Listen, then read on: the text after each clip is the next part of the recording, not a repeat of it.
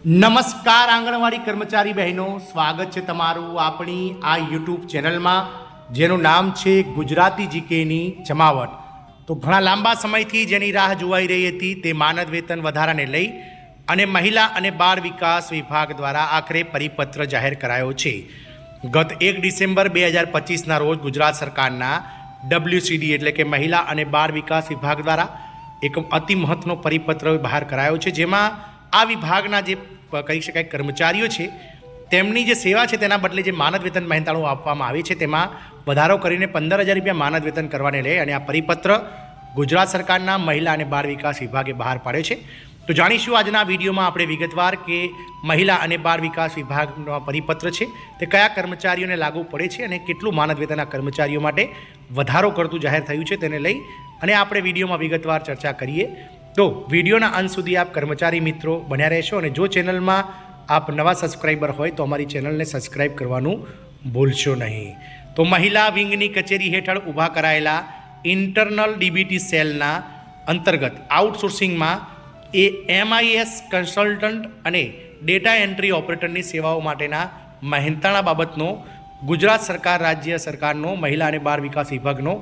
1/12/2025નો આ મહત્વનો પરિપત્ર જાહેર થયો છે, જેમાં અલગ અલગ 15/10/2019 તેમજ 1/5/2017ના જૂના જે છે તે ગુજરાત સરકારના મહિલા અને બાળ વિકાસ વિભાગના જે પરિપત્રો છે તે વંચાણ લેવામાં આવે છે. ત્રીજો છે નિયામક શ્રી કમિશનર શ્રી મહિલા અને બાળ વિકાસ વિભાગની કચેરીનો તારીખ 2/7/2025નો પત્ર ક્રમાંક વંચાણે લીધેલ છે. વાત કરીશું પરિપત્રની વિગતની. તો મહિલા વિંગની કચેરી હેઠળ ઉક્ત વંચાણે લીધેલ પત્ર ક્રમાંક 1થી ઊભા કરાયેલા ઇન્ટરનલ ડીબીટી સેલ અંતર્ગત વંચાણ લીધેલ ક્રમાંક 2ના ઠરાવથી 1 MIS કન્સલ્ટન્ટ અને 2 ડેટા એન્ટ્રી ઓપરેટરની સેવાઓ આઉટસોર્સથી મેળવવાની મંજૂરી આપવામાં આવેલી હતી. આ માનવ બળની આઉટસોર્સિંગ સેવાઓ માટે MIS કન્સલ્ટન્ટના મંજૂર થયેલ મહેનતાણામાં અન્ય ચાર્જિસ અંગે ઉલ્લેખ કરેલ ન હોય તથા 2 ડેટા એન્ટ્રી ઓપરેટરની જગ્યાઓ માટે શ્રમ આયુક્ત કચેરીના લઘુત્તમ વેતન ધારાની જોગવાઈઓ મુજબ વેતન ઓછું હોવાથી